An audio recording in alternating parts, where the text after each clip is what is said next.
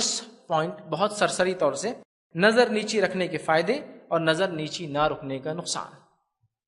نظر کو نیچی رکھنے کے فائدے اور نیچی نہ رکھنے کا نقصان سنیے آپ بغور۔ پہلی چیز، اللہ تعالیٰ کے حکم کی پیروی ہے، اس میں سعادت بھی ہے اور اجر بھی۔ نظروں کو نیچے رکھنا اللہ کا حکم ہے، اس میں سعادت بھی ہے اور اللہ کے حکم کی پیروی بھی۔ دوسرا، زہر آلود تیر کے اثر سے دل سلامت رہتا ہے۔ زہر آلود تیر جو کہیں سے بھی نکل سکتا ہے آپ کی طرف، زہر آلود تیر سمجھا، نظروں کا تیر، تو اس سے آپ کا دل محفوظ رہتا ہے۔ تیسرا، اس سے دل میں اللہ کا انس پیدا ہوتا ہے۔ جو لوگ نظر نیچے رکھتے ہیں نا، اس سے اللہ کی انسیت، قربت پیدا ہوتا ہے اور دل اس کے ساتھ لگا رہتا ہے، اور یہ لذت وہ انسان نہیں پا سکتا جو اپنی نظروں کو بے لگام چھوڑے ہوئے۔ جو آدمی بے لگام نظروں کو چھوڑتا ہے نا، وہ اللہ کی قربت بھی حاصل نہیں کر سکتا، یاد رکھیے۔ اس لیے کہ اس کا دل متفرق ہو جاتا ہے، تو یہ ممکن نہیں رہتا کہ اللہ تعالیٰ کی محبت پر اس کا دل جمع ہو جائے، تو وہ اللہ کی محبت بھی دل سے نکل جاتی ہے، اس کی نظریں کنٹرول میں نہیں ہوتی۔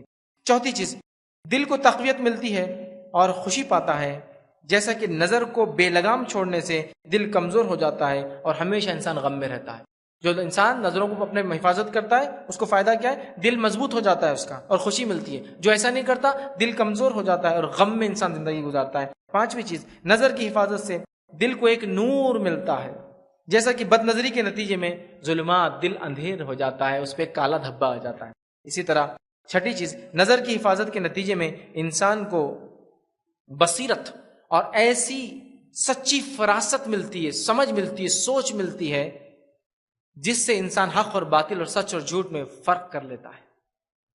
حق اور باطل سچ فرق، مطلب کچھ انسان جو تقوی اختیار نظروں کو نیچے رکھتے ہیں، فائدہ یہ ہوتا ہے کہ چیزوں کو بھاپ لیتے فوراً کہ کیا ہے اور کیا نہیں ہے، صلاحیت پا لیتا ہے۔ اس چیز سے وہ لوگوں کے ساتھ اپنے تمام معاملات میں فائدہ اٹھاتا ہے، سمجھ جاتا ہے، فائدہ اٹھاتا ہے، اور یہ چیز اس کے لیے صحیح فیصلہ کرنے میں، دانش مندانہ قدم اٹھانے کے لیے مددگار ثابت ہوتی ہے۔ ساتواں پوائنٹ، دل میں بہادری اور ثابت قدمی آتی ہے، تو ایسے انسان کے لیے اللہ تعالیٰ بصیرت کی دلیل اور حجت جمع کر دیتے ہیں اور اسے غلبہ دیتے ہیں، قدرت دیتے ہیں اور قوت سے نوازتے ہیں۔ آٹھواں پوائنٹ، شیطان کے چور دروازے بند ہو جاتے ہیں، اس لیے کہ نظر ہی تو دل کا بڑا اہم راستہ ہے، نظر ہی دل کا راستہ ہے۔ نظر اگر بند ہے تو دل تک بات نہیں پہنچتی۔ اس کے ساتھ ساتھ نواں پوائنٹ ہے، دل اچھے افکار و خیالات کے لیے خالی ہو جاتا ہے۔ برے خیالات نکل جاتے تو اچھے خالی ہو جاتا ہے اور ان میں وہ مشغول ہو جاتا ہے۔ اس لیے کہ جب کسی ایک کا دل عورتوں کی طرف لگ جائے، ان کے تصوروں میں اور عشق مزاجی میں مشغول ہو جاتا ہے، پھر اللہ تعالیٰ کی آیت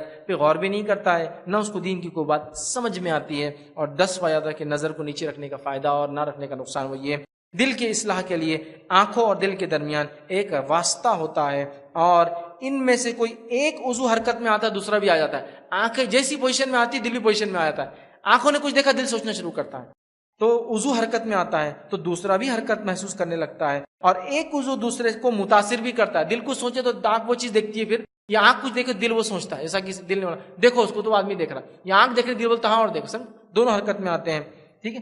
ایک عضو دوسرے کو متاثر بھی کرتا ہے، اور اگر ایک کی اصلاح ہو تو دوسرے کی بھی اصلاح پاتا ہے، اور اگر ایک میں فساد واقع ہو جائے دوسرے میں فساد اور خرابی کا وہ بھی شکار ہو جاتا ہے۔ جب انسان کی منظور نظریں اصلاح پا لیں گی تو اس کے دل کی بھی اصلاح ہو جاتی ہے، اور اگر اس میں خرابی واقع ہو جائے تو اس کا دل بھی خراب ہو جاتا ہے۔ تو 10 بینیفٹس ہیں آنکھوں کو صحیح رکھنے کے اور بری چیزوں کو نہ دیکھنے کے۔ یہ چند اہم باتیں تھیں جو میں نے مناسب سمجھی کہ میں آپ تمام کے سامنے رکھوں، خاص طور سے اس زمانے میں جب شہوت بڑھتی چلی جا رہی ہے، نوجوان نسلیں برباد ہوتی چلی جا رہی ہے، ہمارے لڑکے اور لڑکیاں برباد ہو رہے ہیں علم نہ ہونے کی وجہ سے۔ والدین کا کام ہے انہیں سمجھائے، شہوت کا علم دے، بتائے کہ یہ غلط ہے اور صحیح شہوت کا ہے وہ بھی بتائے، انہیں علم دیں۔ اور اگر بچے ایسے کسی سے پھنس گئے یا نوجوان خود پھنسیں یا شادی شدہ لوگ خود پھنسیں، چاہے زندگی کسی بھی مرحلے میں، یہ وہ چند حل تھے جو پورنوگرافی ہوتے ہیں نا، بہت سے لوگ سوال کرتے ہیں پورنوگرافی کی میں لت لگ گئی کیا کروں، یہ وہ تمام حل تھے جو میں نے کوشش کی آپ کو دینے کی۔ آپ پریکٹیکلی انشاءاللہ اس عمل کرنے کی کوشش کیجیے، دیکھیے دھیرے دھیرے انشاءاللہ نفس کی اصلاح ہوتی جائیں گی، دل کی اصلاح ہوتی جائیں گی، اور ہم برائی سے نکل کر اچھائی کی طرف انشاءاللہ جائیں گے، اور ایک ایسی پاک باز بہترین زندگی جئیں گے جو دین اور شریعت چاہتی ہے کہ ہم ویسی زندگی جئیں۔